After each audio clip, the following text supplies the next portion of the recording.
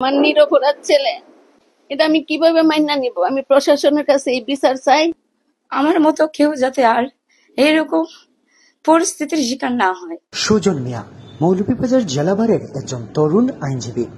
স্বপ্ন ছিল অনেক কিছুই, ছিল সাজানো গুছানো একটি পরিবার, কিন্তু বিনা অপরাধী জীবন দিতে হলো তরুণ এই আইনজীবীকে। সম্প্রতি গেল 6 এপ্রিল রাতে মৌলভীবাজার শহরের পৌরসভা সম্মুখে মিসকিলিং এর শিকার হয়ে জীবন দিতে হয় আইনজীবী সুজন মিয়াকে। এরপর থেকেই চলে সারা দেশে তুলপাড়, শুরু হয় পুলিশের নানামুখী অভিযান। প্রথম ধাপে 5 জনকে গ্রেফতার করা হলে বেরিয়ে আসে হত্যার পেছনের আসল রহস্য। ডাকা হয় সংবাদ সম্মেলন। এতে সাংবাদিকদের police super MK Jahangir Hossain জানান, ব্যাংকের সিকিউরিটি গার্ডকে মারতে গিয়েই ভুলক্রমে সুজন মিয়াকে হত্যা করে খুনিরা।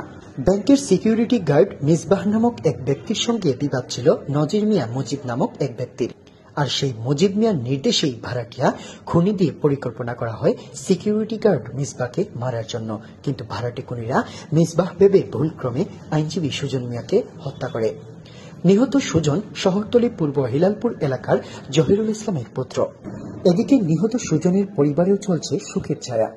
সুষ্ঠু তদন্তের মাধ্যমে প্রকৃত আসামিদেরকে দৃষ্টান্তমূলক শাস্তির দাবি জানান সুজনের পরিবার। আমার স্বামীরা যারা হত্যা করছে তারা আমি বিচার চাই।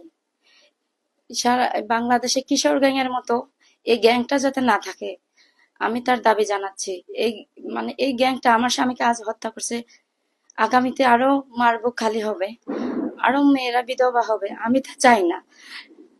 আমার মতো কেউ যাতে আর এইরকম পরিস্থিতির শিকার না হয়। আমার ছেলেরে যারা হত্যা করছে তাদের আমি সর্বোচ্চ বিচার চাই। অনেক কষ্ট করে, একজন মা হিসাবে আমি বলতেছি, অনেক কষ্টে আমার ছেলেরে এতটুকু আগে আনছি।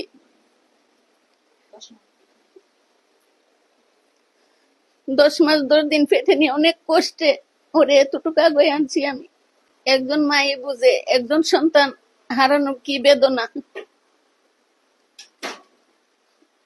আমরা চাই প্রশাসনের কাছে সর্বোচ্চ বিচার হোক, শাস্তি হোক। আসল যে খুনি হে তো আর ধরা পড়ে নাই এখনো।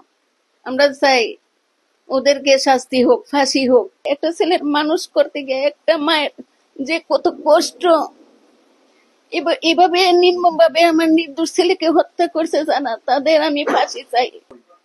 আমার নির্দোষী ছেলেকে যে হত্যা করেছে, এই হত্যার সত্য বিচার চাই এবং তাদেরকে দ্রুত ফাঁসি কার্যকর হোক, এই আবেদন প্রশাসনের কাছে।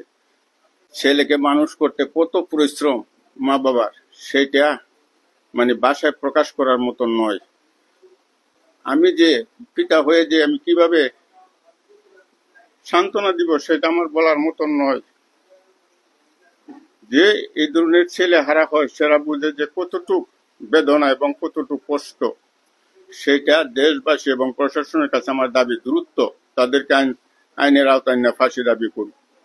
আমার ভাই খুব ভালো মানুষ আছেন, অ্যাডভোকেট আছেন, সবাই আমার বাইরে মায়া করতে, এলাকার তার কোর্টও সবাই পড়ালেখা সব দিক দিয়ে তারা মায়া করতো।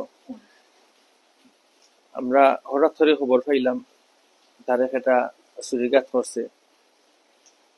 হসপিটাল গেছি গিয়ে আমি দেখি আমার ভাই ডাক্তার কাছে মৃত ঘোষণা করছে। আমার ভাই খুব ভালো মানুষ আছেন, নিষ্পাপ আছেন।